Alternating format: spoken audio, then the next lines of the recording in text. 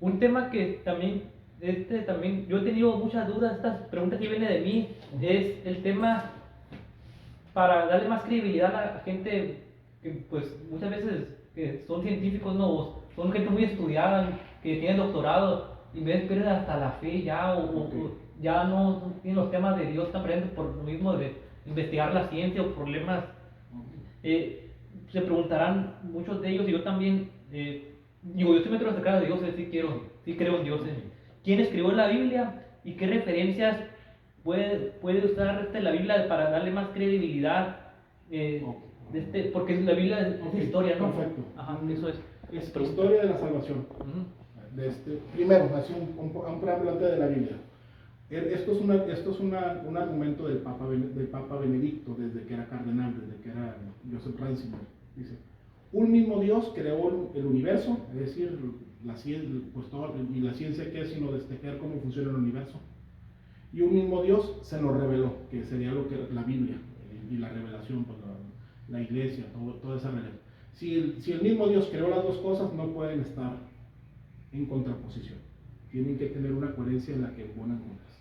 Entonces, ese sería como un primer argumento así muy sencillo que da el Papa Benedicto. Si Dios creó el universo y lo creó inteligible, es decir, puedes descubrir leyes, teoremas, puedes darte cuenta cómo funciona, puedes usar eso para darle forma a realidades nuevas, que es lo que hace la ciencia. Entonces, y ese mismo Dios es el que nos habló por los profetas y por la palabra de Dios. No puede haber una contradicción. La contradicción es aparente, decir, yo no he terminado de explicar bien una realidad, o también la escritura, los teólogos por medio de la escritura tampoco han terminado de deducir bien algunas. Entonces, no, el problema no es que la ciencia y la fe estén peleadas. O la ciencia o la fe, todavía hay detalles que no han logrado llegar a la explicación completa. Eso sería más bien. Ok, ¿quién escribió la Biblia? Como autor primordial es Dios que inspira. Así como cuando una persona dicta y otro está escribiendo. Autores humanos tienen muchos. Algunos sabemos bien quién son, otros es hora que no logramos deducir quién los escribió. ¿Y eso le quita valor a la Biblia? No. Que sepamos exactamente cuántas obras de la literatura clásica las tienen y son anónimas. Entonces, ¿por qué le tendría que, a la escritura, por qué le tendría que quitar valor el escritor? Si el autor que es Dios, ese no hay duda. Te pongo un ejemplo. Moisés. El libro del Éxodo dice la tradición que lo escribió Moisés, pero los últimos capítulos narran la muerte de Moisés. ¿Cómo puede Moisés escribir su propia muerte? No puede ser. Entonces, alguien y lo incluyeron y no le quitan ningún valor a la escritura. Entonces tiene muchos autores humanos. Nosotros los católicos reconocemos 72 libros inspirados. Ya desde el año 110 ya hay un papa que dice, los libros que nosotros reconocemos como inspirados por Dios son estos, y dan la lista de los 72. Hubo criterios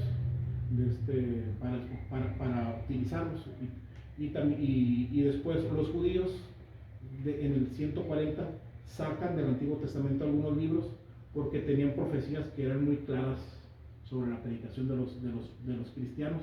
Y entonces ellos sacan 7 libros del Antiguo Testamento, que de ellos se llaman deuterocanónicos. ¿Y qué papel juega la hermenéutica en el análisis y interpretación de textos a lo largo del tiempo? Porque me doy cuenta la Biblia es polisémica, o sea que tiene varios significados. Okay. Cada libro, un poquito hablando ya de Biblia, porque es difícil de entender. Cada libro de los 72 libros tiene un género literario y cada uno se tiene que saber leer en su género para entenderlo bien. Por ejemplo, los libros de los evangelios, pues es su género propio. Evangelio, la vida de Jesús, no es propiamente una biografía. El Nuevo Testamento, las cartas de Pablo, se llama el género epistolar, son cartas para exhortar. Libros como el de Daniel, como el del Apocalipsis, son libros de género apocalíptico, es decir, son simbólicos de realidades sobrenaturales, que usan símbolos como las visiones, elementos simbólicos. Esos se tienen que interpretar ¿Es literal? No, no son literales. No son literales. Esos no son literales. Génesis tampoco es literal, pero sí tiene muchos elementos, es lenguaje mítico. Mi tesis yo le hice de eso, comparé 72 mitologías antiguas y hay 10 puntos donde todas coinciden con el Génesis, con otro lenguaje. El Génesis narra la estructura metafísica del mundo, en el sentido filosófico, con un lenguaje mítico. Entonces, por ejemplo, un ejemplo muy sencillo, eso que te decía, el hombre creado de barro y con el soplo. Es decir, el barro representa el proceso del hombre, de la parte física del hombre que se va especificando hasta poder ser capaz de contener un alma humana, y el soplo es cuando Dios interviene para que eso que fuera un Australopithecus, un Paranthropus, un lo que sea, empiece a ser un hombre. Entonces, los 7 días representan que el universo tiene un proceso secuencial, o sea, no apareció, fue creado en un orden. Entonces, Dios le dio el poder de autodeterminarse, pero finalmente pues, se da una secuencia. Entonces, los 7 días, que es una semana laboral, representan que el universo fue hecho como una obra ordenada con un antes y un después. El gran diseñador, como dice Stephen Hawking en su Sí, libro.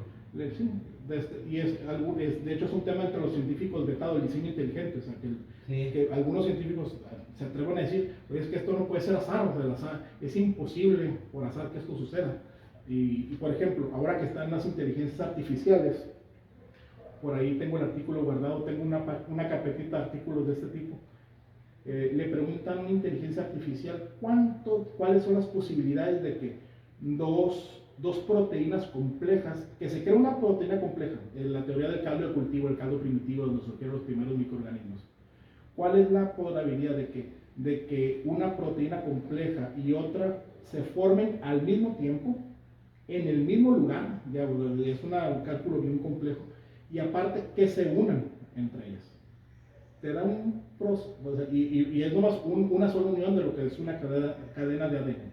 Es tan infinita la posibilidad que pues dice el sentido común, dice, esto no puede ser azar, que suceda. Con la Biblia pasa algo parecido. Los que dicen que la han cambiado, que le han alterado, que le metieron cosas.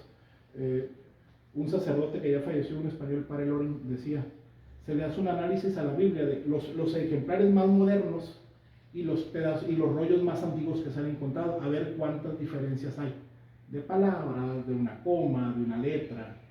Dice, y le dice, hay tantos millones de letras en la escritura, vamos a poner cada una como si fuera una parte de la cadena, de ADN de una persona. Vamos a compararla con la cadena de ADN de un ser humano de hace 30.000 años, cuando la época de los neandertales, y con el hombre moderno. Hay más cambios en el ADN del hombre de 30.000 años para acá que la Biblia en el tiempo que tiene. Oh, bueno, pues hasta aquí le dejo ya los temas, son temas muy profundos y hay mucho de qué hablar, pero ya hasta aquí, bueno, sirve para que analicen toda esta información porque también es mucha, este video sí, como para verlo 3-4 veces, está muy interesante, lo voy a analizar, y muchísimas gracias por tu tiempo. Okay, gracias. Que estén muy bien, hasta la próxima, nos vemos en el próximo video, muchas gracias, denle like, si te gusta, compártelo el video, gracias.